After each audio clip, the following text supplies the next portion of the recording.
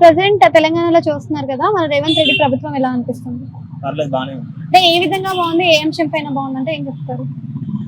అంటే ఆ గవర్నమెంట్ లా ఇచ్చిన నోటిఫికేషన్, పెండింగ్ నోటిఫికేషన్ ఈ గవర్నమెంట్ లో ఫిల్ చేసిండు బెటర్. బట్ ఫ్రీ పథకాలు ఇవ్వడం అనేది మీకు ఎలా అనిపిస్తుంది? ఈ పథకాలు ఇవ్వడం అనేది సోమరిపోతులు చేయడం తప్ప ఏం లేదు. అంటే ఫ్రీ బస్ కానీ అండ్ మనకి చాలా ఉన్నాయి కదా, ఫ్రీ కరెంట్, ఫ్రీ బస్ అని చెప్పేసి. ఫ్రీ బస్ ఉంచితే మంచిగా ఉంటుందా, తీసిస్తే మంచిగా ఉంటుందా?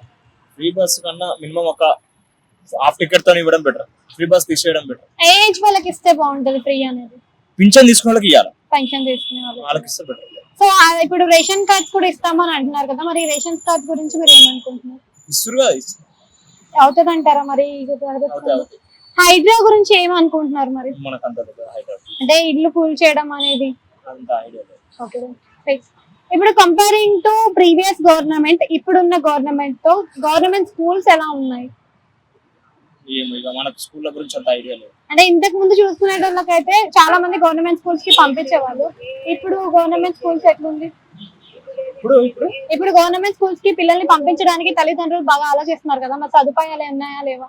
ఏమో మరి ఇంకా మనకు ఐడియా లేదు. ఓకే. సర్వే చేశారు కదా ఇందిరమ్మ ఇల్లు అని, మీకు జరిగిందా సర్వే?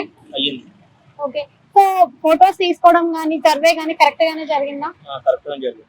ఓకే. వస్తుందని చెప్పారా ఇల్లు మీకు? లిస్ట్ అయితే పేరు వచ్చింది, ఇక చూడాలి. Thank you.